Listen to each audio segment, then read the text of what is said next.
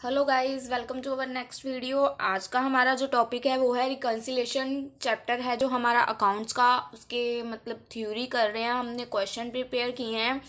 तो जैसे कि आपको पता है हमने पिछली वीडियोस में भी क्वेश्चन ही प्रिपेयर किए हुए हैं, तो जिन्होंने वो वीडियोस नहीं देखी हुई हैं देख लो। इस वीडियो में हम रिकन्सिलेशन चैप्टर की थ्योरी स्टार्ट कर रहे हैं हमारी। इसके मैंने 2 क्वेश्चंस आई थिंक बने हैं, मेरे यहाँ एक ही होएगा। मैंने बनाया है। तो अगर आपको कोई भी एग्ज़ाम में क्वेश्चन आता है तो अगर आप इसी को आंसर को लिखोगे तो ये सफिशिएंट होएगा।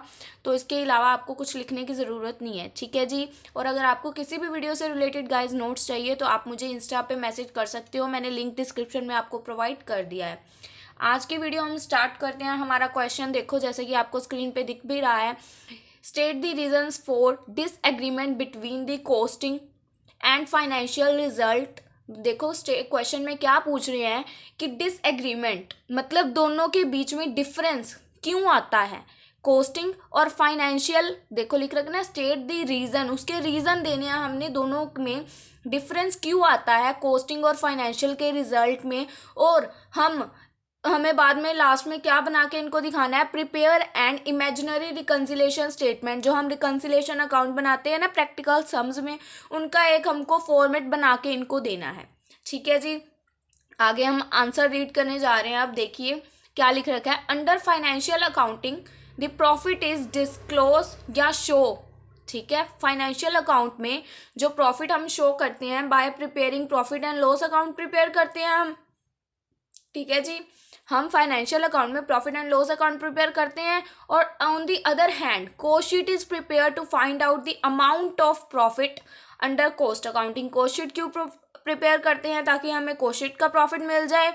और फाइनेंशियल अकाउंट क्यों प्रिपेयर करते हैं, ताकि फाइनेंशियल अकाउंट का प्रॉफिट और लॉस मिल जाए, ठीक है जी। नेक्स्ट देखो क्या लिख रखा है। Sometimes the profit disclose by both the book cost and financial account may be differ due to one और मोर रीजन। कई बार क्या होता है कि दोनों का जो प्रॉफिट निकलता है वो डिफर होता है। डिफर कैसे होता है, क्योंकि काफ़ी सारे इसके रीजंस हैं जो हमें इस वीडियो क्वेश्चन में बताने हैं। और इस वीडियो में भी मैं यही टॉपिक कवर कर रही हूँ। मेन हमारा आज का मुद्दा ये है कि हमें रीजंस बताने हैं, ठीक है ना। तो ये यहाँ पे भी वही लिख रखा है। देखो क्या हमने पढ़ा भी है अभी अभी। Some time the profit disclose by both the books, जो भी प्रॉफिट दोनों बुक्स डिस्क्लोज करती हैं, कॉस्ट बुक है या फाइनेंशियल बुक है, ठीक है जी, may differ due to one और मोर रीजन। इसके वन या एक या एक से ज़्यादा रीजंस हो सकते हैं, ठीक है। So it is advisable to prepare a statement for telling the profit.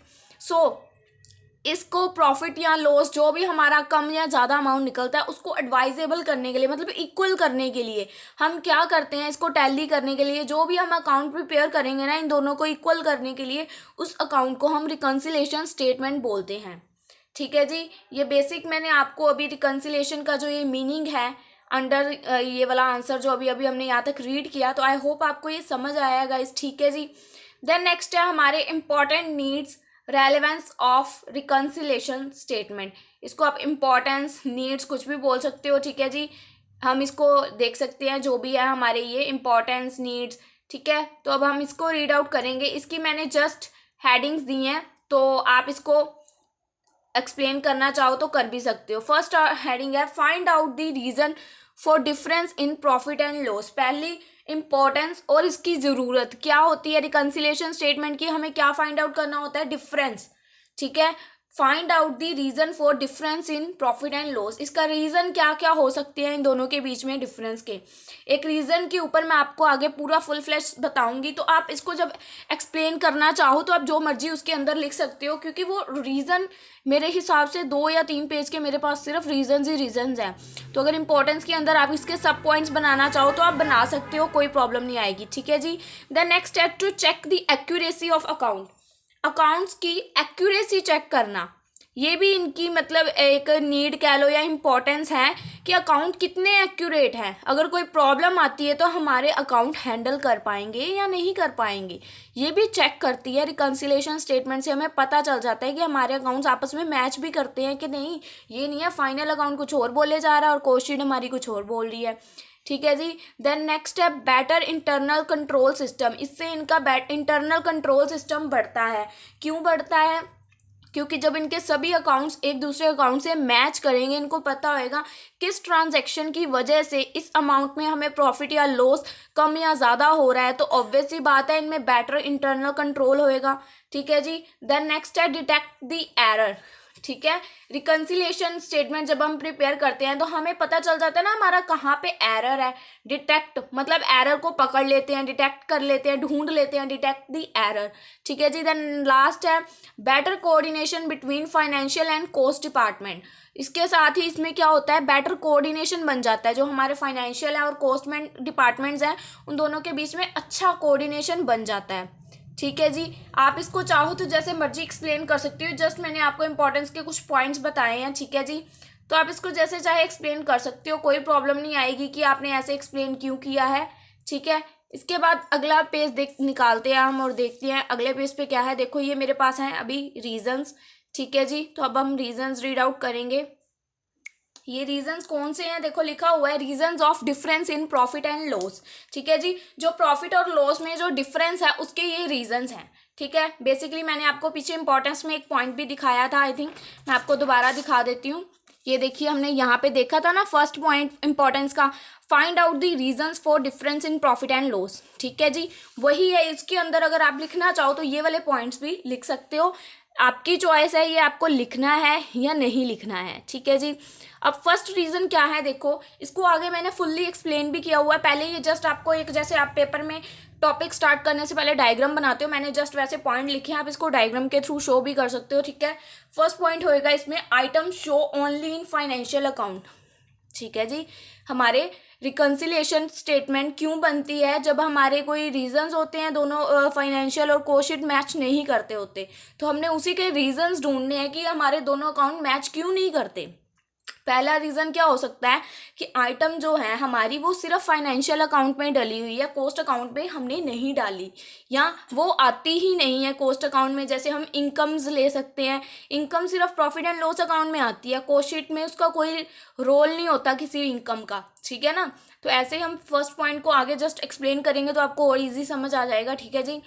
Then next है item show only in cost account. ऐसे ही कुछ आइटम्स होती हैं जो सिर्फ कॉस्ट शीट में शो होती हैं, फाइनल अकाउंट में शो नहीं होती, ये भी उसका एक रीज़न हो सकता है। देन थर्ड है अंडर या over recovery of overheads. Overheads की ज़्यादा या कम रिकवरी हुई है, उसके भी रीजंस हो सकता है। ठीक है। नेक्स्ट है different method of stock valuation. Stock को फाइंड आउट करने के अलग अलग मेथड्स यूज़ किए हो सकते हैं दोनों ने। ठीक है, ये भी रीज़न हो सकता है। देन नेक्स्ट है different methods of charging depreciation. Dep को चार्ज करने के भी इन्होंने डिफरेंट मेथड्स यूज़ किए हो सकते हैं। देन लास्ट है इसका पॉइंट अबनॉर्मल गेन और लॉस। अबनॉर्मल गेन और लॉस, इसमें अगर इनको कोई अबनॉर्मल गेन या लॉस हो जाता है वो भी इसका एक हो सकता है रीज़न। तो अब हम पॉइंट बाय पॉइंट इसको एक्सप्लेन करेंगे, नीचे मैंने एक्सप्लेन किया हुआ है देखिए। ठीक है जी। तो हम अभी यहाँ से रीड करना स्टार्ट करेंगे। ठीक है जी। जैसे देखो हमारा पहला पॉइंट था, हमने ऊपर पढ़ा था आइटम शो ओनली इन फाइनेंशियल अकाउंट। अब ये कौन कौन सी हो सकती हैं हम यहाँ से रीड आउट करेंगे, इसको प्रॉपरली एक्सप्लेन किया हुआ है ईच पॉइंट को आगे। ठीक है जी। तो पहला पॉइंट हम रीड आउट कर रहे हैं, there are various items which are only show in financial account. बहुत सारी आइटम्स ऐसी हैं जिनकी ट्रीटमेंट सिर्फ फाइनेंशियल अकाउंट में होती है, देखो लिख रखा है, but not treatment in cost account. उनकी कोई ट्रीटमेंट कॉस्ट अकाउंट में नहीं होती। ठीक है। These items can be there types, यहाँ पे नीचे एक्सप्लेन की हुई है। आइटम्स जो हैं एक्सपेंसेस में अगर कोई आइटम है, जैसे इंटरेस्ट ऑन लोन है, इसका कॉस्ट शीट में कहीं भी कोई रोल नहीं है। Interest on debenture, discard allot, loss on sale of fixed asset, ये सभी चीज़ें कॉस्ट शीट में नहीं आती। ठीक है। इनकम मैंने आपको पहले ही बताई थी, अगर कोई हमें इनकम हो रही है तो वो भी कॉस्ट शीट में नहीं आती है। ठीक है। इनकम हमारी प्रॉफिट एंड लॉस अकाउंट में बेसिकली आती है ना। ठीक है। तो इनकम में कौन कौन सी चीज़ें हैं, डिविडेंड कोई रिसीव हो रहा है, कमीशन रिसीव हो रही है, प्रॉफिट हो रहा है, कोई सेल ऑन फिक्स एसेट पे। ठीक है जी। ये हमारा पहला पॉइंट था, item show in only in financial account. I hope आपको ये समझ आया है गाइस। ठीक है। अब हम नेक्स्ट पेज इसका निकालते हैं और देखते हैं हमारा नेक्स्ट क्या है। हमारा नेक्स्ट पॉइंट क्या था, आइटम नहीं, इसी में है जो हमने अभी अभी रीड आउट किया। उसमें क्या क्या था हम पढ़ रहे थे, जैसे आइटम्स शो ओनली इन फाइनेंशियल अकाउंट, हमने क्या क्या देखा, आइटम्स जो एक है आइटम्स ऑफ एक्सपेंसेस। ठीक है। सेकंड हमने देखा आइटम्स ऑफ इनकम। थर्ड है हमारे items of appropriations. Items of appropriations क्या है, ये सिर्फ फाइनेंशियल अकाउंट में ही शो आउट होती हैं, ये कोस्ट शीट में कहीं भी आती नहीं है। ठीक है, जैसे कि कोई हमारी डोनेशन है, चैरिटी है, कोई ट्रांसफ़र किया है हमने रिजर्व्स का, कोई प्रोविजंस हुई है डिविडेंड की, कोई प्रोविज़न हुई है टैक्स के ऊपर, तो ये सारी चीज़ें हमारी कोस्ट शीट में नहीं आती। ठीक है जी, ये सिर्फ फाइनेंशियल अकाउंट में शो होती हैं। देन नेक्स्ट पॉइंट है हमारा रीजंस का, item show only in cost account, सिर्फ आइटम्स जो हैं वो कोस्ट अकाउंट में आती हैं और किसी पे भी नहीं आती। ठीक है जी, देखो there are few items national expenses which are included in cost accounts, यहाँ पे कुछ हमारी ऐसी आइटम्स है जो सिर्फ कोस्ट अकाउंट में आती हैं। ठीक है, but not in financial account, financial account में शो आउट नहीं होती। And they do not represent any transaction with outsider, और ये ऐसी आइटम्स हैं जो कि हमें हमारी जो ट्रांजेक्शन है किसी भी आउटसाइडर के साथ शो नहीं करती। ठीक है, ये हमारे खुद के खर्चे होते हैं जो कि बेसिकली शो आउट नहीं होते, फाइनेंशियल अकाउंट में नहीं हम शो आउट करते, सिर्फ कोस्ट शीट में आते हैं, बट किसी से आउटसाइडर से रिलेटेड भी नहीं होते। ये नहीं है कि हमारी किसी बिजनेस की ट्रांजेक्शन से रिलेटेड होंगे, वो नो। ठीक है, ये सिर्फ हमसे ही रिलेटेड होते हैं, इनको हमें इनके बारे में पता होता है, बाहरले बंदे को नहीं पता होता। जैसे कोई रेंट है, हमारी खुद की बिल्डिंग या किसी बिल्डिंग में हम ऑफिस चला रहे हैं, उसका रेंट पे कर रहे हैं। ठीक है जी, वो हो गया, वो कोस्ट शीट में ही डलेगा, फाइनल अकाउंट में नहीं डलेगा। फाइनल अकाउंट में कोई चीज़ वो डलती है जब हम किसी आउटसाइडर के साथ कोई बिजनेस करते हैं और उससे हमें कोई प्रॉफिट हो या लॉस हो या हमारा कोई खर्चा हो, वो लगते हैं। ठीक है जी, तो यहाँ पे देखो क्या बोल रहे हैं कि हमारा जो रेंट है पहली बात वो डलता है कोस्ट शीट में। देन कोई रेम्यूनरेशन है प्रोपराइटर की सैलरी, वो डलती है कोस्ट शीट में। डेप हो गई, जो फुल्ली डेप्रिसिएटेड एसेट है, एक बार डेप्रिसिएशन लग गई, जो अब डेप्रिसिएटेड ऑलरेडी डेप्रिसिएशन लगी हुई है जिनके ऊपर, वो भी तो डेप्रिसिएट पड़े दोबारा भी तो हो रहे हैं ना, तो उनके ऊपर जो लगते हैं वो भी कोस्ट शीट में आते हैं, वो भी किसी बाहरले बंदे से कंसर्न नहीं है। Interest on capital employ in production, interest on capital, ये भी सिर्फ हमारी कोस्ट शीट में डलती है। Then losses due to defective, अगर कोई डिफेक्टिव पीस निकल आता है तो वो बंदे के पल्ले ही पड़ता है, हम कस्टमर के साथ तो इसका लिंक कर ही नहीं सकते। ठीक है जी, तो ये कुछ पॉइंट्स हैं हमारे जो सिर्फ कोस्ट अकाउंट में आते हैं, हमारे फाइनल अकाउंट में नहीं आते। देन नेक्स्ट रीजन है हमारा अंडर या over recovery of overheads in cost account, कुछ कम या ज़्यादा रिकवरी हो गई है ओवरहेड्स की। ठीक है जी, तो वो आते हैं इसमें। अब देखते हैं हम क्या चीज़ है इसमें। अंडर और over recovery of overheads in cost account, in a cost account overheads are charge in cost account overheads are charged on the basis of a predetermined percentage। Cost account में क्या होता है, जो ओवरहेड्स होते हैं मतलब expenses होते हैं, वो हम एक प्री डिटरमाइंड परसेंटेज पे, जो हम परसेंटेजेस पे सम सॉल्व करते हैं ना, जिन्होंने मेरे प्रैक्टिकल्स वीडियो देखी है उन्हें ये चीज़ पता होगी, मैंने समझाई है कि जो कोस्ट अकाउंट में हम एक्सपेंसेस डालते हैं वो हम अपनी परसेंटेज के अकॉर्डिंग डालते हैं, और जो फाइनल अकाउंट में डालते हैं जो हमें गिवन होती है वैल्यूज एक्चुअल फिगर्स उस पर डालते हैं। ठीक है जी, तो वही चीज़ बता रहे हैं कि कोस्ट अकाउंट में overheads are charge on the basis of a predetermined percentage, but in the financial account, पर जो फाइनेंशियल अकाउंट होता है they are charge with the actual amount, जो हमें एक्चुअल अमाउंट गिवन होता है उसी के ऊपर हम डालते हैं। फाइनल अकाउंट में दोनों में डिफरेंस होता है ओवरहेड्स का। ठीक है जी, so the estimated of overheads in cost accounting, क्योंकि अब हमने कोस्ट अकाउंट में जो परसेंटेज के अकॉर्डिंग लगाया तो एक तरह से हमारा उसको एस्टिमेट मांग सकते हैं, क्योंकि एक्चुअल फिगर्स तो हमने फाइनल अकाउंट में ली है ना। ठीक है जी, तो जो हमने इसमें डाले हैं वो हमने परसेंटेज के अकॉर्डिंग डाले हैं, तो इसको हम एस्टिमेटेड बोल सकते हैं। So the estimated of overheads in the cost accounting may be under या over recovery of in this case, तो इसमें हम ये मान सकते हैं कि इसमें हमारी अंडर या ओवर रिकवरी हो सकती है, क्योंकि हमें पता ही नहीं है इसका। ठीक है ना, क्योंकि वो डिफरेंस तो ऑब्वियस ही बात है, पहली बात आएगा ही, एक्चुअल फिगर और परसेंटेज किसी चीज़ पे लगाना डिफरेंस डेफिनेटली आएगा। ठीक है जी, ये देखिए अब इसी के ऊपर एक एग्जांपल है, देखिए फॉर एग्जांपल, जैसे हमने एग्जांपल ली, वर्क ओवरहेड्स हैं हमारे 30,000 के फाइनेंशियल अकाउंट में। ठीक है जी, अंडर फाइनेंशियल अकाउंट हमारे वर्क ओवरहेड्स हैं 30,000 के, और जो मैंने आपको बताया कि कोस्ट शीट में हम परसेंटेज लगाते हैं, तो वर्क ओवरहेड्स हमने इसमें ले लिया 50% ऑन डायरेक्ट वेजेस, और हमने अज्यूम कर लिया कि हमारे डायरेक्ट वेजेस 1 लाख हैं, तो 1 लाख के ऊपर 50% अगर हम लगाते हैं तो हमारा 50,000 आता है।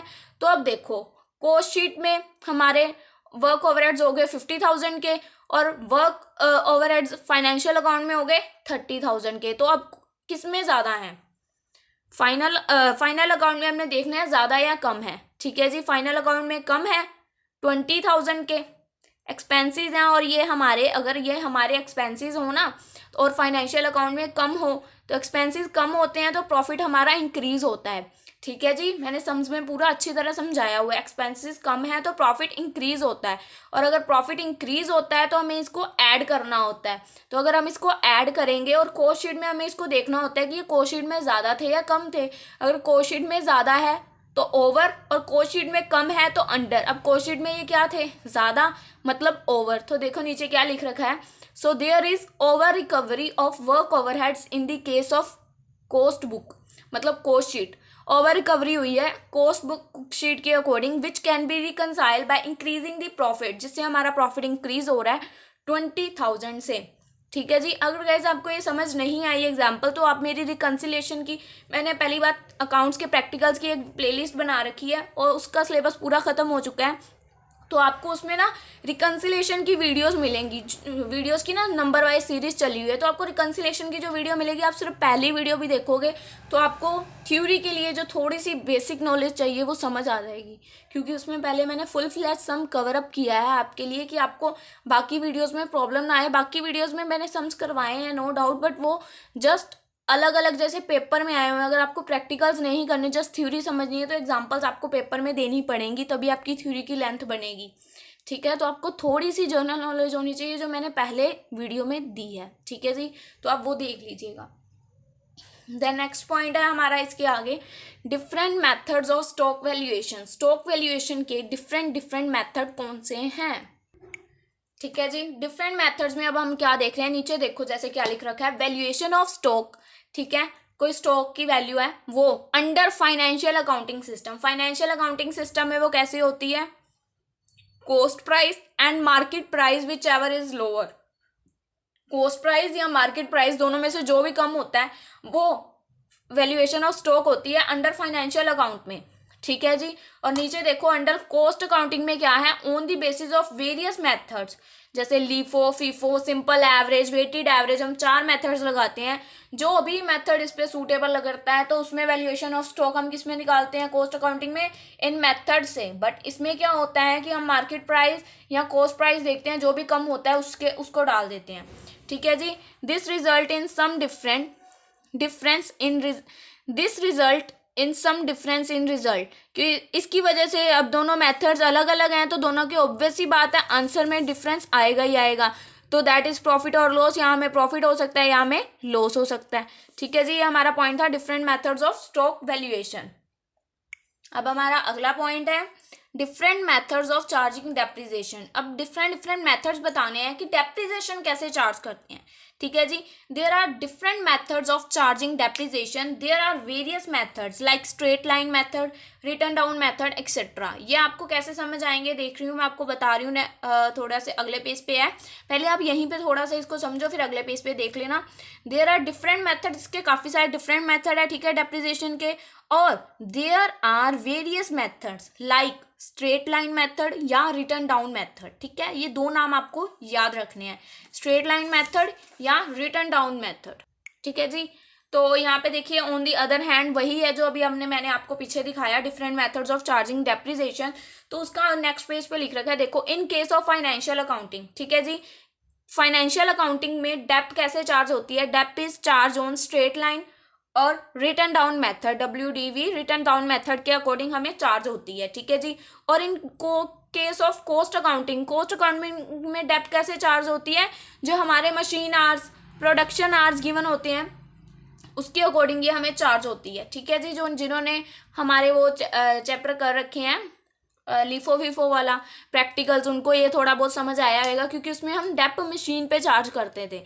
ठीक है जी, कॉस्ट अकाउंटिंग में मशीन पे वैसे भी चार्ज होती है और फाइनेंशियल अकाउंट में डेप्ट चार्ज होती है स्ट्रेट लाइन और रिटर्न डाउन मेथड पे। ठीक है जी, देन देखो नीचे का लिख रखा है, so the different methods are apply under the 2 system. अगर इनके अंदर अब डिफरेंट मेथड अप्लाई हो रहे हैं तो ऑब्वियस ही बात है then amount of depreciation will be different, obvious ही बात है डिफरेंट ही आएगा, and the profit will also be different, profit भी डिफरेंट होएगा। ठीक है जी, देन लास्ट रीजन है हमारा इसका अब है अबनॉर्मल लॉस और अबनॉर्मल गेन। ठीक है जी, अबनॉर्मल लॉस और अबनॉर्मल गेन। अब इसको हम रीड आउट करते हैं, क्या लिख रखा है, there are various items of abnormal profit और लॉस। यहाँ पे बहुत सारी आइटम्स हैं अब नॉर्मल प्रॉफिट की और लॉस की, जैसे कि अब normal wastage, exceptional bad debts, wages for अब नॉर्मल आइडल टाइम एक्सेट्रा। ठीक है जी, अब नॉर्मल आइडल टाइम की वेजेस हो गई, एक्सेप्शनल खराब बैड डेट्स हो गए, अब नॉर्मल वेस्टेज होगी। ठीक है, नीचे क्या लिख रखा है देखो, so these type of items are show in the financial book. ये इस तरह की आइटम्स जो अब नॉर्मल गेन या अब नॉर्मल लॉस हैं, तो इस तरह की आइटम्स शो किन में होती हैं, फाइनेंशियल बुक्स में। ठीक है, but are excluded from cost book, मतलब कॉस्ट बुक में शो नहीं होती, को एक्सक्लूडेड लिख रखा है ना, but are excluded from cost books, मतलब कॉस्ट बुक्स में ये शो नहीं होती। विच कॉज, जिनके कारण difference in profit from two books of account, जिसकी वजह से दोनों अकाउंट्स में डिफरेंस दिखाई देता है, क्योंकि ये फाइनेंशियल अकाउंट में शो होती हैं but excluded from cost account, cost account में शो आउट नहीं होती। ठीक है जी, ये कुछ रीज़न के पॉइंट्स थे जो मैंने आपको करवाए हैं। देन इसके आगे जो मेरा टॉपिक है वो है methods of reconciliation. I hope पीछे वाला टॉपिक आपको अच्छे से समझ आ गया है। देन हम आगे करने जा रहे हैं हमारे मेथड्स ऑफ रिकन्सिलेशन, तो आई होप आपको ये भी समझ आएगा। मेथड्स मेरे यहाँ पे 2 हैं। ठीक है, मेथड्स कौन कौन से हैं रिकन्सिलेशन के, एक तो मेथड है bye preparing a reconciliation statement, हम तो एक रिकन्सिलेशन स्टेटमेंट प्रिपेयर कर सकते हैं, और दूसरी है bye preparing a reconciliation memorandum account. ठीक है जी, 2 चीज़ें हैं हम जिनको प्रिपेयर करके रिकन्सिलेशन स्टेटमेंट बना सकते हैं। पहले हम पहले वाले मेथड के अकॉर्डिंग करेंगे रिकन्सिलेशन स्टेटमेंट। ठीक है जी, फर्स्ट हमारा रिकन्सिलेशन का फॉर्मेट दिया हुआ है। फर्स्ट केस जो ये वाला है ना, इसके अंदर भी 2 केसेस आते हैं। फर्स्ट केस है देखो, starting with profit as per cost account, और दूसरा केस हम बना देंगे starting with the profit as per final account. ठीक है जी, तो हमें दोनों अकॉर्डिंग करना होएगा ना। तो अब यहाँ पे देखो फॉर्मेट दे रखा है, तो हम बेसिकली सिंपल, हमें फॉर्मेट तो पता होएगा, जिनको प्रैक्टिकल्स आते हैं तो फॉर्मेट उनके लिए ये फॉर्मेट करना, जिनको प्रैक्टिकल्स नहीं आते वो बाय चांस मत भी करना, रीजन सफिशिएंट है उनके लिए। ठीक है जी, तो अगर आपको आता है तो आप ज़रूर बनाइएगा। जैसे अब हमने इसको स्टार्ट कैसे किया, profit as per cost account, तो ठीक है, जो चीज़ें ऐड होती हैं, जिनको सम आते हैं उनको ये चीज़ आती है। ठीक है जी, कोई भी चीज़ ओवर रिकवरी है, जैसे ज़्यादा है तो ऐड होनी है, एक्सपेंसेस में कम है तो प्रॉफिट ऐड होता है। ठीक है ना, प्रॉफिट बढ़ता है। वो रिकन्सिलेशन वाले पहली वीडियो में ही आपको ये समझ आएगा सारा मेथड फॉर्मेट क्या है, इसलिए बोल रही हूँ पहली वीडियो ही देखना, मैं नहीं बोल रही पूरी प्लेलिस्ट देखो, जस्ट एक वीडियो रिकन्सिलेशन की देख लो, उसमें जस्ट मैंने आपको बेसिक समझाया है कि सम करना कैसे है। ठीक है गाइज, तो आपको इजी रहेगा, थोड़ा सा फॉर्मेट समझ आ जाएगा इसका, और कुछ नहीं है। ऐड क्या सा चीज़ होनी है, लेस कौन सी चीज़ होनी है, तो आप आराम से खुद ही बना दोगे। ये समझाने वाली चीज़ नहीं है कि फॉर्मेट क्या है इसका, क्योंकि ऐसे समझ नहीं आएगा, बिना फाइनल अकाउंट, बिना कॉस्ट शीट ये समझ नहीं आएगा। तो आपको जस्ट थोड़ा सा उस वीडियो को देखना है। आई होप आपको समझ आएगा। अगर नहीं आया तो मुझे कमेंट सेक्शन में बताना, तो मैं आपको फुल फ्लैज एक दे दूँगी वीडियो। ठीक है जी, ओके गाइज, देन नेक्स्ट देखो, यहाँ पे हमारा वो जो फॉर्मेट है यहाँ पे ख़त्म होता है। ठीक है जी, और सेकंड केस अगर हम देखें तो इसमें क्या है, सेकंड केस में कि अब जो हमने वो वाला था कॉस्ट अकाउंट से स्टार्ट किया था, कॉस्ट के प्रॉफिट से, ये हम फाइनेंशियल अकाउंट के प्रॉफिट से स्टार्ट करेंगे। इसमें जो ट्रीटमेंट है वो रिवर्स हो जाएंगी, मतलब इसमें जो चीज़ हम प्लस कर रहे थे इसमें वो चीज़ माइनस हो जाएगी, और जो चीज़ इसमें माइनस कर रहे थे वो इसमें प्लस हो जाएगी। ठीक है जी, अब हमारा ये हो गया। इसके आगे हम देखते हैं हमारी मेमोरेंडम वाला मेथड। 2 मेथड्स मैंने आपको बताए थे, ये हमारा आ गया मेमोरेंडम वाला मेथड। तो आई होप आपको ये समझ आ जाए। ठीक है जी, देखो, when all the item show in the reconciliation statement, ठीक है, जब सारी आइटम्स हम अपनी रिकन्सिलेशन स्टेटमेंट में शो करते हैं, presented in the form of account, then it is known as memorandum reconciliation account. ठीक है जी, जब हम अपनी सारी आइटम्स को रिकन्सिलेशन स्टेटमेंट में प्रेजेंट करते हैं तो उसको हम एक तरह से मेमोरेंडम रिकन्सिलेशन अकाउंट कहते हैं। देखो कैसे, जैसे हमने ये फॉर्मेट सीखा, अभी मैं आपको दिखा रही हूँ। ठीक है, ये फॉर्मेट देखा हमने, ये चीज़ें ऐड की थी, ये लेस की थी। मेमोरेंडम में क्या होएगा, ये जैसे 2 बॉक्सेस वाला अकाउंट नहीं बनता, मैं आपको दिखाती हूँ, ये चीज़ हो जाएगी। देखो ये ऐसे अकाउंट बन जाएगा। इधर वाली साइड जो चीज़ें हमने इस फॉर्मेट में जो चीज़ें हमने माइनस करी थी, इस फॉर्मेट में जो चीज़ें हम माइनस कर रहे थे वो इस अकाउंट में इस तरफ आ जाएंगी, और जो चीज़ें उस फॉर्मेट में हम ऐड आउट कर रहे थे वो इस तरफ आ जाएंगी। आपको अभी समझ आएगा ये, जब मैं आपको यहाँ से रीड आउट पूरा कर लें फिर आपको समझ आ जाएगा ये। ठीक है जी, तो अभी हम आगे रीड आउट करते हैं।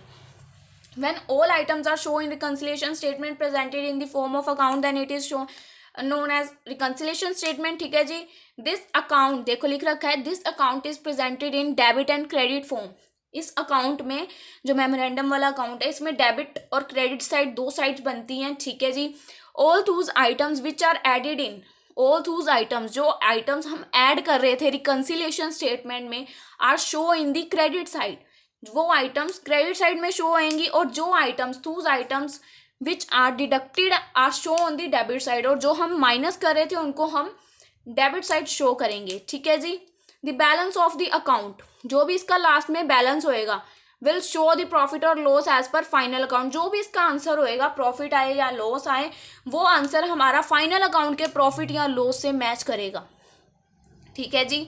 यहाँ तक आई होप आपको कुछ प्रॉब्लम नहीं आई है. अब मैं आपको इसका अकाउंट दिखाती हूँ जो मैंने प्रिपेयर कर रखा है. आई होप आपको वो समझ आएगा. देखिए, ये रहा मेरा मेमोरेंडम रिकन्सिलिएशन का अकाउंट. इधरली साइड हमने ऑल माइनस होने वाली चीज़ें डालनी है, और इधर जो जो चीज़ें प्लस होंगी वो डलेंगी. ये भी आपको वैसे उसका सम का ये एक थोड़ा सा दे के आइडिया आ जाएगा कि क्या क्या चीज़ें माइनस होती हैं और क्या प्लस, तभी आप इसको भी बना सकते हो. ठीक है.